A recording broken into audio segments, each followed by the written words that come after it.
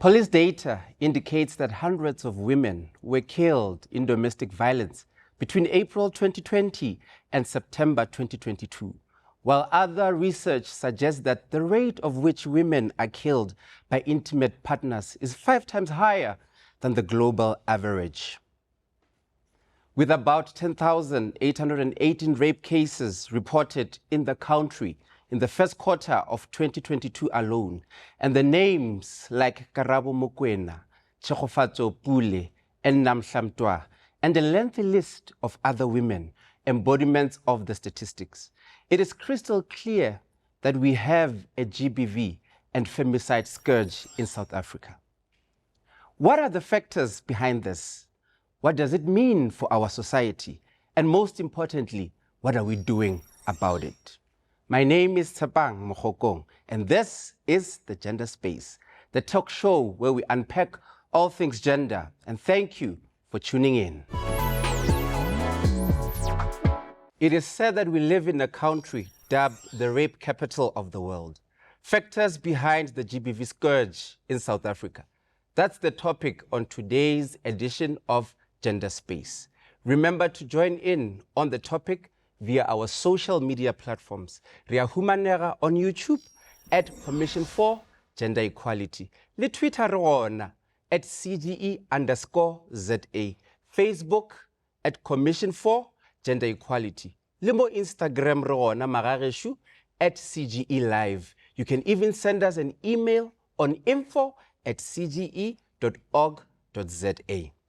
Here to help us break down our topic this evening, we have the lovely Dieketseng Mohlakana Mutopi from the CGE. Dieketseng, welcome to the Gender Space. Thank you for having me. Re botse ausi Dieketseng, gore moshomo wa gago o mogolo kua Commission for Gender Equality ke eng? Thank you, Ntate Mogokong. Mosebetsi wa ka o moholo at the Commission for Gender Equality. I'm a researcher. This is in line with the CGE's constitutional mandate, where we are creating knowledge on the issues that are affecting promotion of gender equality in the country. The stats are alarming. Please paint a picture for us. What is happening in South Africa? What is this scourge of gender-based violence? Also, South Africa is known to be a very violent country. Yes, we are known to be a very violent country. We are even labeled as the rape capital. And this is despite the fact that we are also known to have one of the best constitutions in the world and the most progressive legislative framework in the world. Jwale bothata ba rona bo re nahanang hore ke bona bo that affects the escalation or the skyrocketing of the gender-based violence in the country is lack of implementation of those legislative frameworks that we are talking about. And another thing is South Africa is one of the countries that have rife or severe social ills that are affecting the society. Usually, some of those factors that are the driving factors. All the initiatives that government is doing, these are sebetsi. Please take us through. When did all of this start? What is the root cause of all of this? You know, gender-based violence has always been there, as we know. It has always been there. Really, the Commission for Gender Equality, really,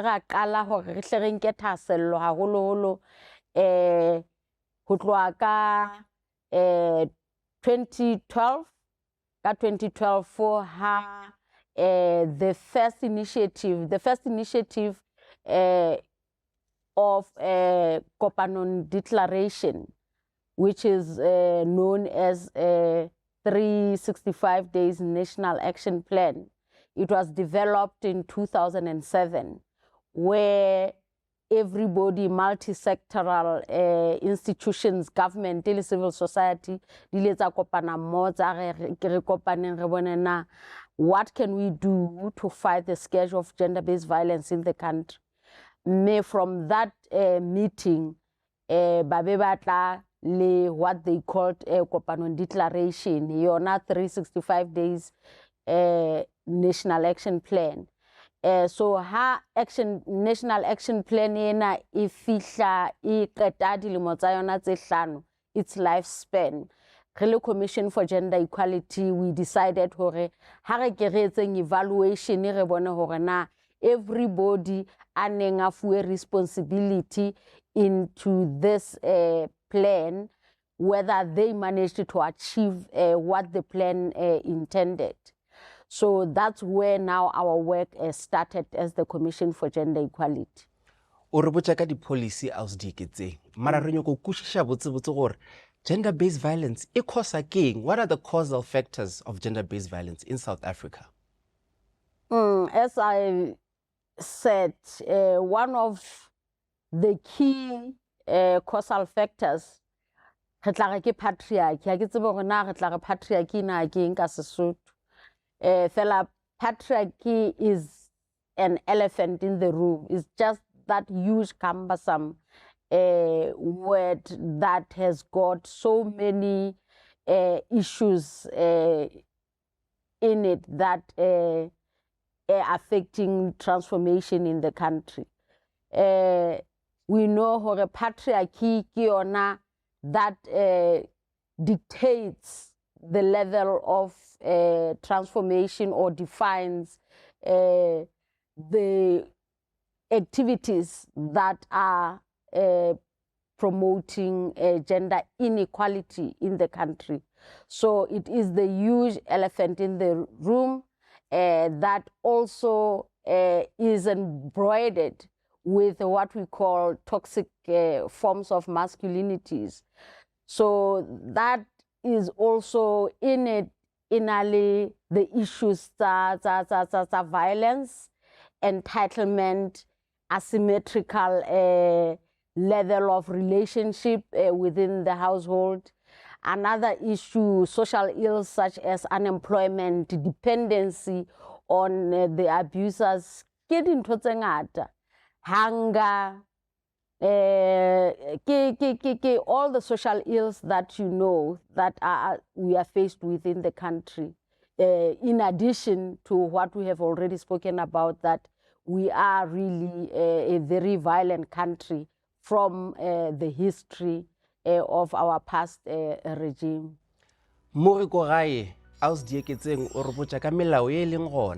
It is a huge sigh of relief to learn that there are strategies in place to fight this disease. Stay tuned because we continue to talk gender-based violence and femicide on the other side of this.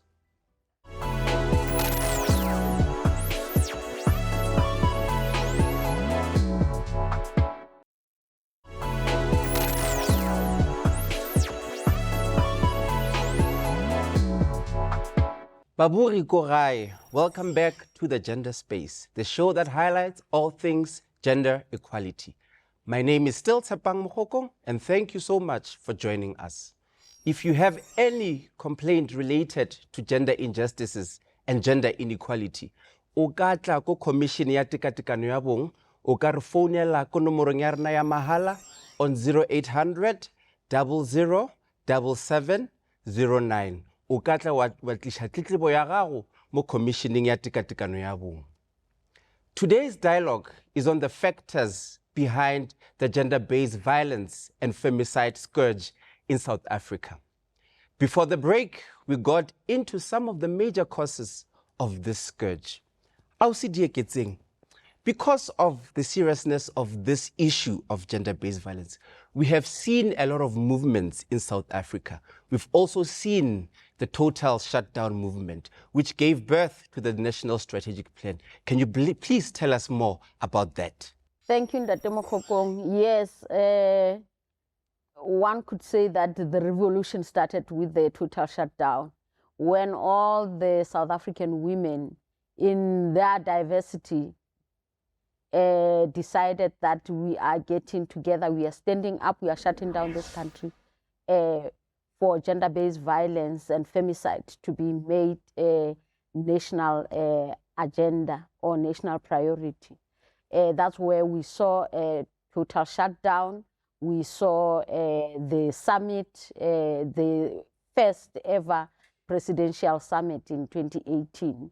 That presidential summit, it gave us the declaration, the presidential declaration that gave us one of the provisions in that declaration was to establish the national structure that is going to be looking into the issues related to gender-based violence, as well as to develop the national strategic plan, which is where we are now, the implementation of that national strategic plan that was adopted in 2020. Re botse gore National Strategic Plan yo bolelang ka yone e bolela ka eng botsebotse, and which organization is responsible for spearheading this important strategy?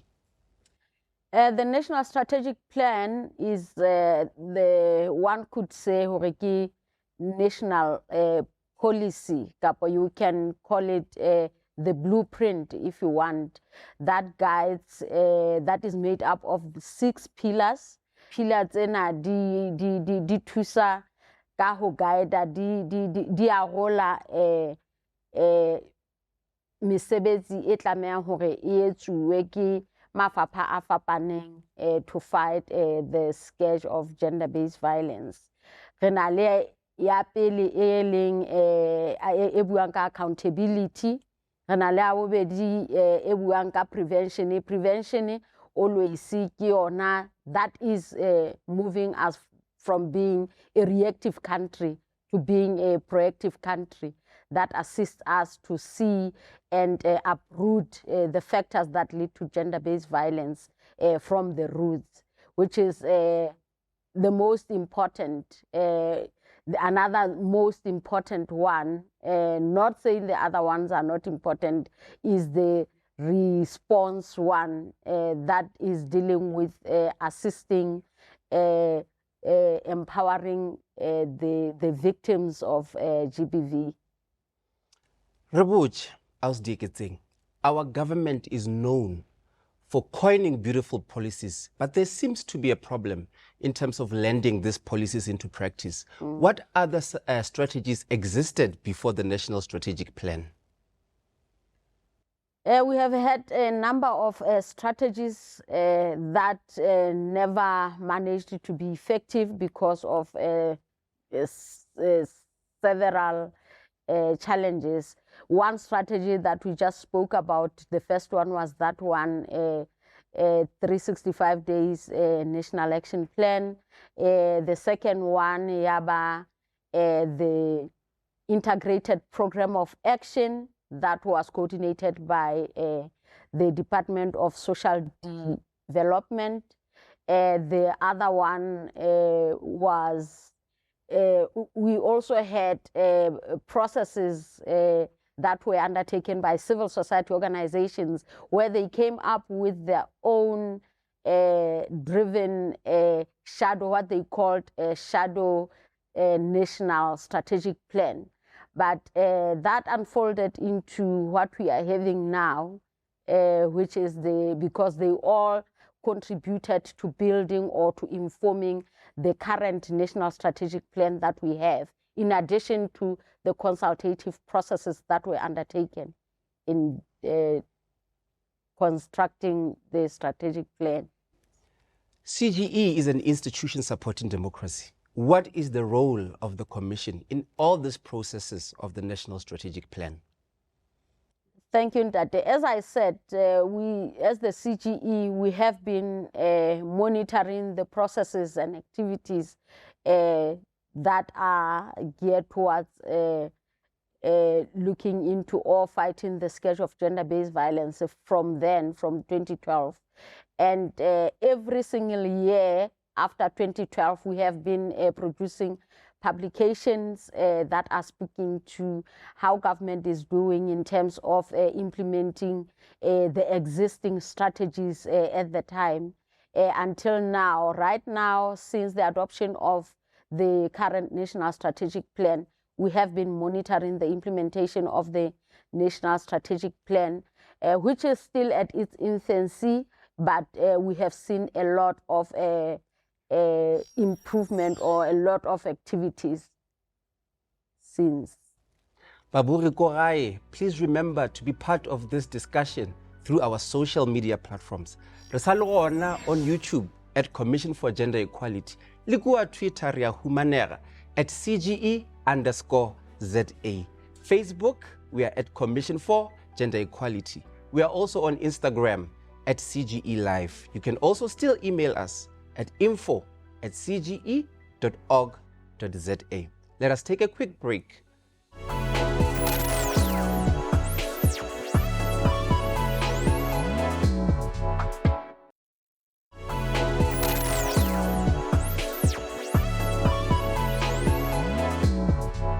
Baburi Korai, welcome back to the Gender Space, the talk show that explores everything gender equality and human rights. As part of its work, the Commission for Gender Equality pays oversight visits to police stations across the countries, where commissioners monitor compliance issues. This is to ensure that police stations give the relevant support to GBV victims. We're still continuing with our discussion. The NSP was rolled out a few years back. What has been the findings of the CGE? Is there any progress made? There has been progress made because I'll specifically speak about just before the NSP was adopted, we had what was called ERAP, Emergency Response Action Plan. That we monitored. I think we monitored it 2 consecutive years. And we used the 6-point scale measuring progress, where only those indicators that were meant to be achieved by the end of 2022. And out of those indicators that were meant to be achieved by 2022, there has been a lot of progress as there has been they met sort of 75. They had progress where we noted a progress. It was on the 75 indicators, but there's also a lot of lack of performance on several indicators. So we are not sure what the challenge is that is leading to in some of the indicators where we see no movement at all. So those are some of the challenges that we are still yet to see on what is being done to mitigate or to facilitate implementation, to make sure that by within the next remaining years of this plan's lifespan, we have achieved what this NSP is intended to achieve. There's a bit of progress, and because we are on the gender space and we are positive people, we just want to hear some of the victories, any milestones that you can mention to the viewers at home. I think we shouldn't take it for granted that after so long we managed to have the National Strategic Plan.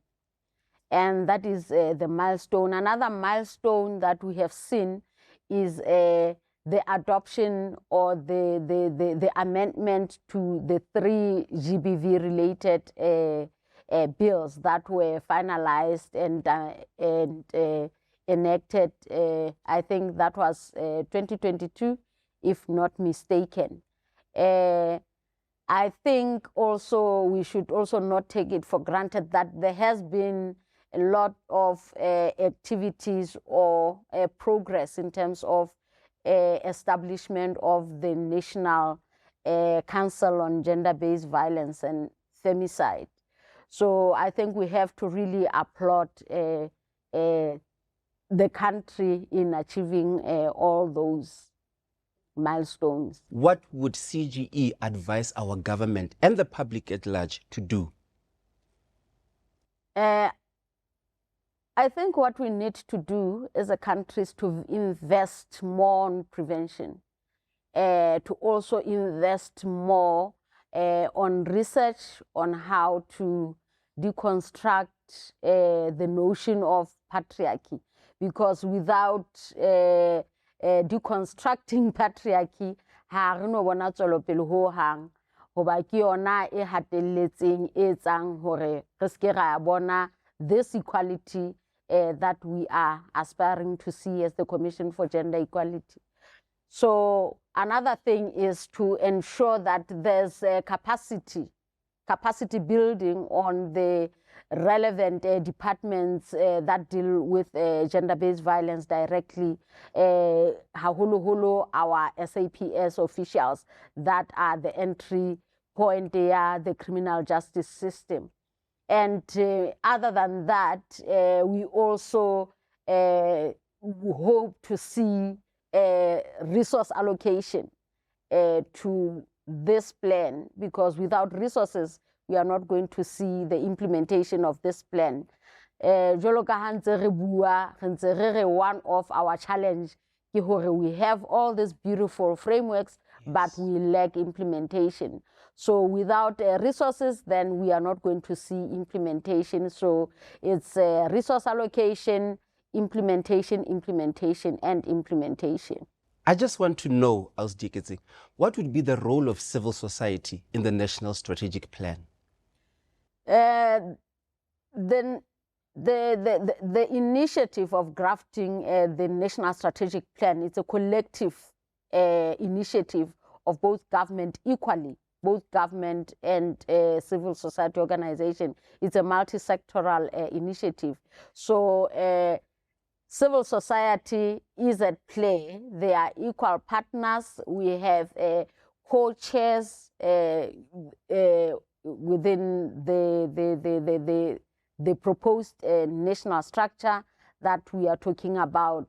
So they are at play and they are playing the major role. They have played a major role, and remember that they are the ones that even initiated the total shutdown in the first place. So they are playing a major role as a part of the multi-sectoral initiative.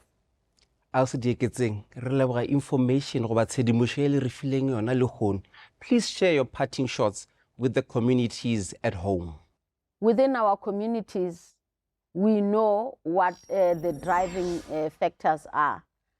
The driving factors is lack. Wa tseba bofuma bo setjhaba sa rona se phelang ka ga sona ke sona seo re tla fumana motho a dutse ka hara very abusive relationship that can end up even in bophelo ba hae. Jwale, what I think needs to be done is to empower people, do more initiatives, do more advocacy, sensitize people, advocate for reporting of cases, because the nomoro tsena tso bua ka tsona, dipalopalo tso no bua ka tsona, it's just the tip of the iceberg. The measure, it's much broader beneath the not so seen spaces. So it is important that we promote and invest more really on advocacy. Baburu Koraye, you have heard it from people in the know. There is hope, and a lot of progress can be made in 7 years. Unfortunately, we have exhausted our airtime for the evening. But do not despair, because we tackle another gender equality related topic next week right here on Dumisa TV, channel 340. Until then though, it's a goodbye from me. Have a lovely evening.